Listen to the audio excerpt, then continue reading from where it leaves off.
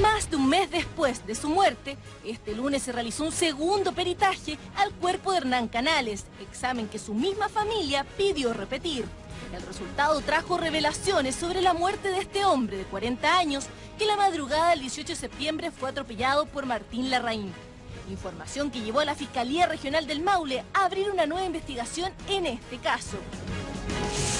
La segunda autopsia en realidad yo diría que es la primera autopsia que se practica, dado que tuvimos que hacer una autopsia completa, haciendo lo habitual, explorando órgano por órgano. Los órganos, afortunadamente los órganos estaban en su lugar, y pudimos trabajar como si se tratase de la primera vez que se exploraba. Por lo tanto, eso fue relevante desde el punto de vista médico forense para poder establecer cuáles eran las verdaderas lesiones y en qué estado se encontraban los órganos. Habría claras diferencias e incluso incongruencias entre las dos autopsias realizadas al cuerpo de Canales. La primera inmediatamente posterior a su muerte y la segunda realizada mucho después tras la exhumación de los restos de la víctima.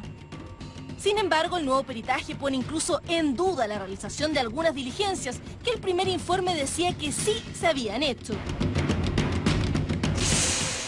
En realidad la autopsia inicial no se practicó en estricto rigor. Lo que hay que se hizo una incisión en la zona del tórax, pero todos los órganos internos se mantuvieron en su lugar. Es decir, no hubo ninguna disección de los órganos, que es lo que justamente es la finalidad de la autopsia. Detalles que han impactado fuertemente a la familia de Hernán Canales y que por supuesto dificultan encontrar la verdad. Lo que a ellos más les duele es que tengan que incluso exhumar cadáveres para llegar a la verdad. Para ellos esto ha sido un golpe más. Aquí tienes que pensar que hay gente sencilla, gente que siente que pelea contra poderes ultrapoderosos y que se percibe en desventaja. Para ellos, todo cambió la madrugada del miércoles 18 de septiembre cuando Hernán Canales, padre de una niña de 14 años, caminaba por la ruta que une Puyehue con Curanipe en la región del Maule, cuando de repente un vehículo lo atropelló falleciendo en el lugar.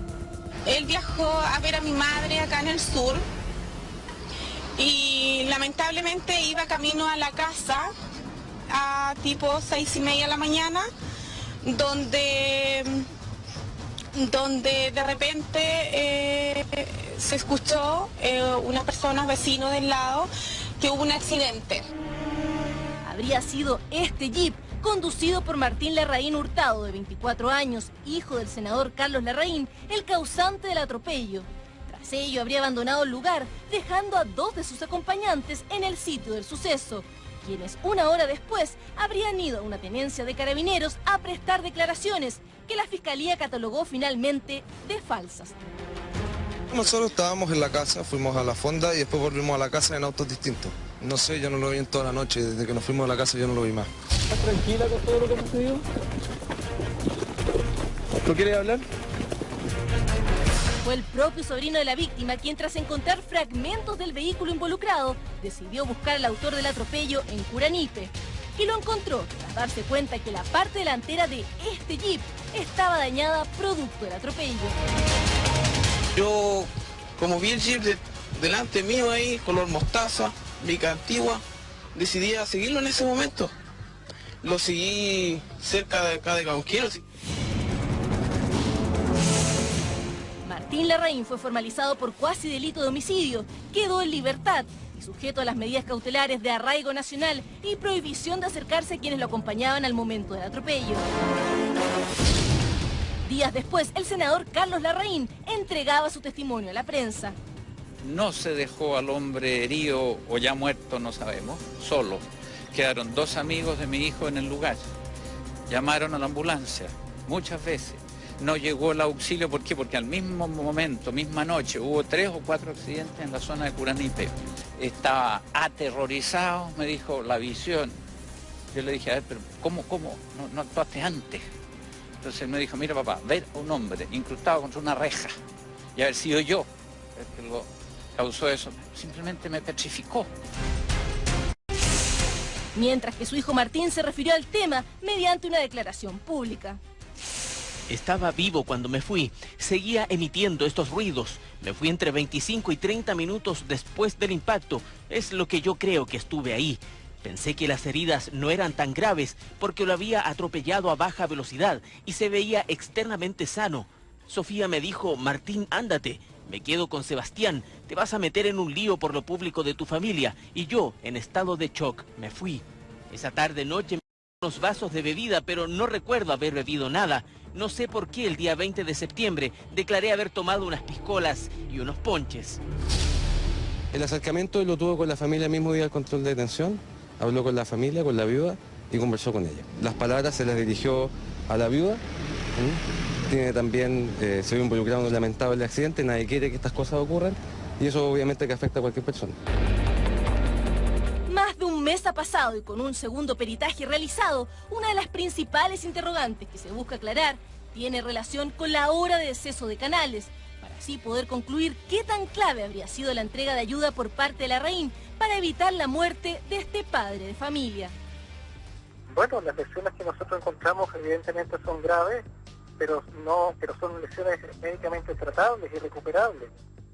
Por lo tanto, desde el punto de vista médico, uno no puede, digamos, establecer el tiempo de sobrevida que tuvo, pero sí puede tener certeza en el sentido de establecer de que las lesiones son lesiones que uno comúnmente ve en los politraumatizados, y esas personas tienen una alta probabilidad de recuperarse y sobrevivir en la medida que se les entregue el socorro, el tratamiento médico adecuado y en forma oportuna. Estamos hablando de que Hernán tenía heridas todas tratables, según nos informa el médico legista. Esto significa que si Hernán hubiera sido llevado a un servicio de salud, habría sobrevivido. Ahora lo importante es entender que el servicio médico legal va a corregir su actuación, ya echó el médico que actuó mal. Y bien, esperemos que la justicia continúe por el cauce de la verdad y la corrección. 2 autopsias en distintos tiempos con resultados diferentes y por los cuales ya el servicio médico legal tomó sus propias medidas. Tras conocerse hoy las irregularidades en el procedimiento practicado anteriormente en el caso de Hernán Canales, el Servicio Médico Legal informa que en el transcurso de esta tarde, la Dirección Nacional de esta institución instruyó un sumario administrativo contra quienes resulten responsables, a objeto de establecer la responsabilidad disciplinaria que pudiera caber a funcionarios del Servicio Médico Legal de la región del Maule. Según la parte querellante, estos nuevos antecedentes cambian todo el escenario judicial, dado que el delito habría variado. Estamos hablando, en este caso, nuestro concepto se configura el homicidio simple por omisión. Estamos hablando de penas base de 5 años y un día hasta 10 años, penas efectivas. Ahora, hay que ver ahí las atenuantes y las agravantes que puedan ocurrir del caso y la pena final la va a determinar el juez.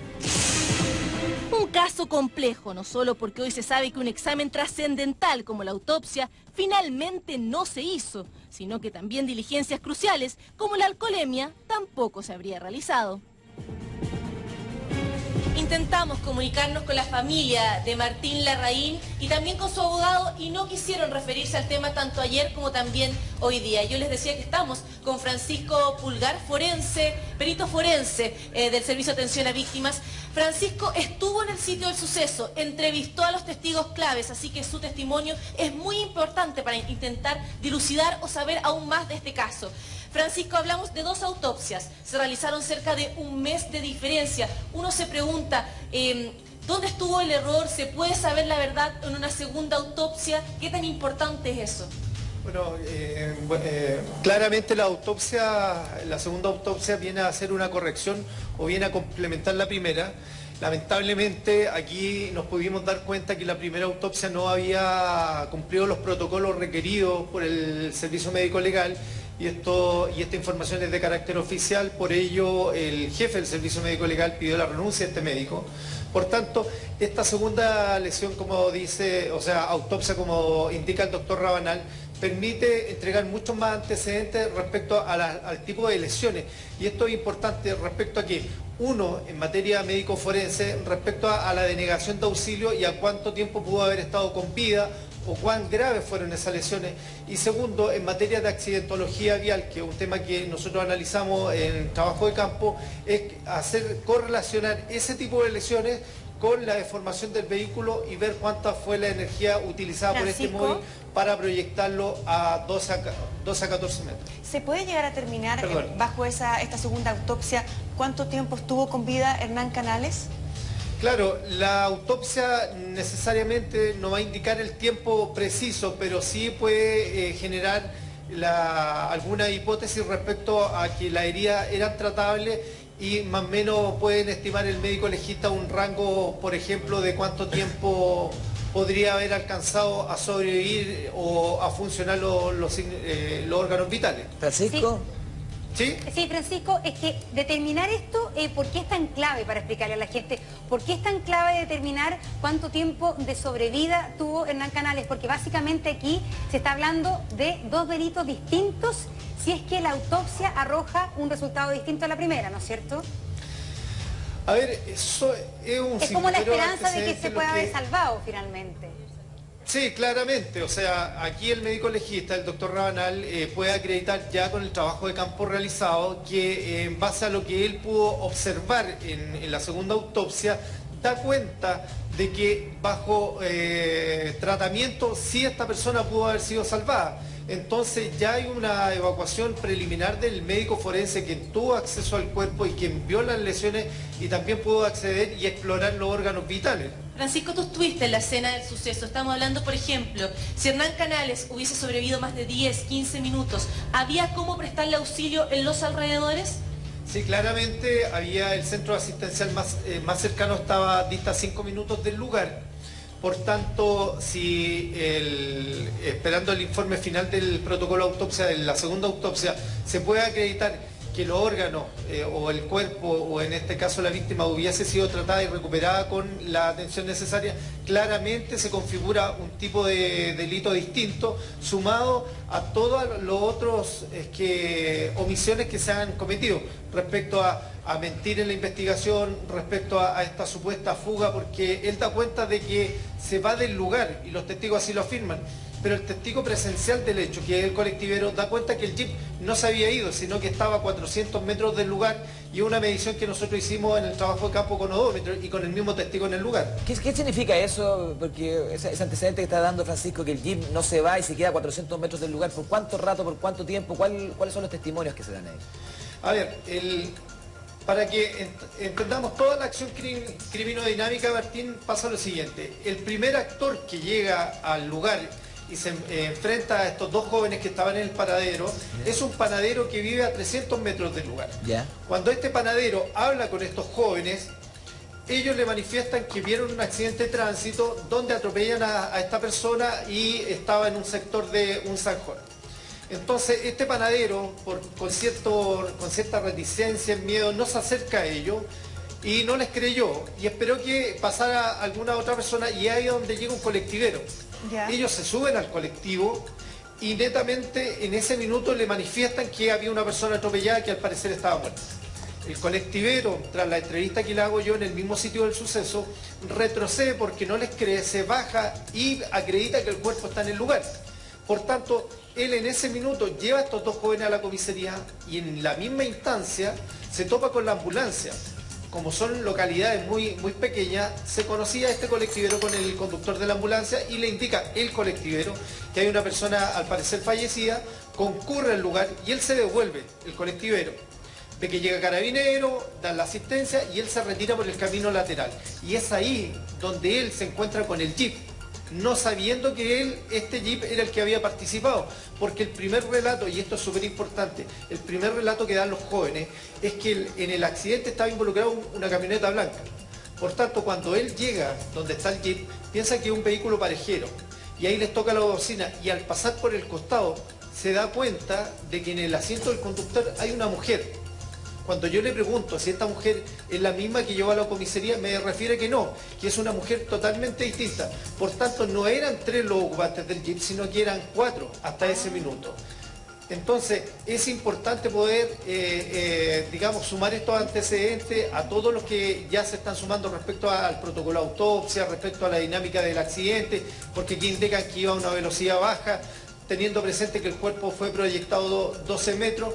O sea, son un sinnúmero de antecedentes que legalmente van a contribuir a agravar el tema de la posible pena.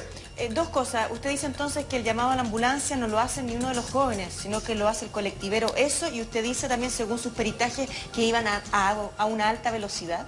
A ver, Tonka, lo que pasa, si hubiesen ellos querido prestar auxilio, uno se va a acreditar técnicamente a través del tráfico telefónico, que están siendo periciados por las propias policías, y lo que llama la atención es que donde está el paradero, donde estaban estos jóvenes, a 20 metros hay una casa, donde había gente. Cuando yo me entrevisto con ellos, si alguien solicitó ayuda, auxilio en el minuto posterior al accidente, nadie lo solicitó. Y el tema de la ambulancia sí está acreditado que el mismo conductor, y eso está grabado en audio y video, que él refiere que el conductor del colectivo, que él el que llama a la ambulancia y él el que indica dónde está el cuerpo. Y el tema de la velocidad que preguntaba Tonka, veíamos la declaración que hizo Martín, él decía que iba a baja velocidad. ¿Se comprobó más o menos a cuánto realmente manejaba? A ver, en un caso similar, y aquí vamos a apelar un poco al trabajo empírico, respecto a una misma masa, y aquí vamos a hablar de temas de física. Una masa de más o menos 70 kilos, proyectarla entre 12 a 14 metros, refiere a una velocidad entre un rango de los 78 a los 90 kilómetros por hora, para desplazar ese tipo de masa. ¿La zona de cuánto era? De 50 kilómetros por hora. Había una imprudencia en todo sentido. O sea, lo que refería en ese minuto, lo que indicaba en la carretera era 50 kilómetros por hora, por tanto, existe una inconsistencia respecto a la proyección versus la velocidad que refiere el conductor. Queremos agradecer, Cris, ¿no es cierto?, por el completo informe acerca de lo que está pasando en este minuto con el hijo del senador Carlos Larraín, y agradecer también a Francisco Pulgar, perito forense del SAP. Vamos a estar atentos, ¿no es cierto?, a las próximas informaciones y lo que vaya sucediendo en este caso. Muchas gracias.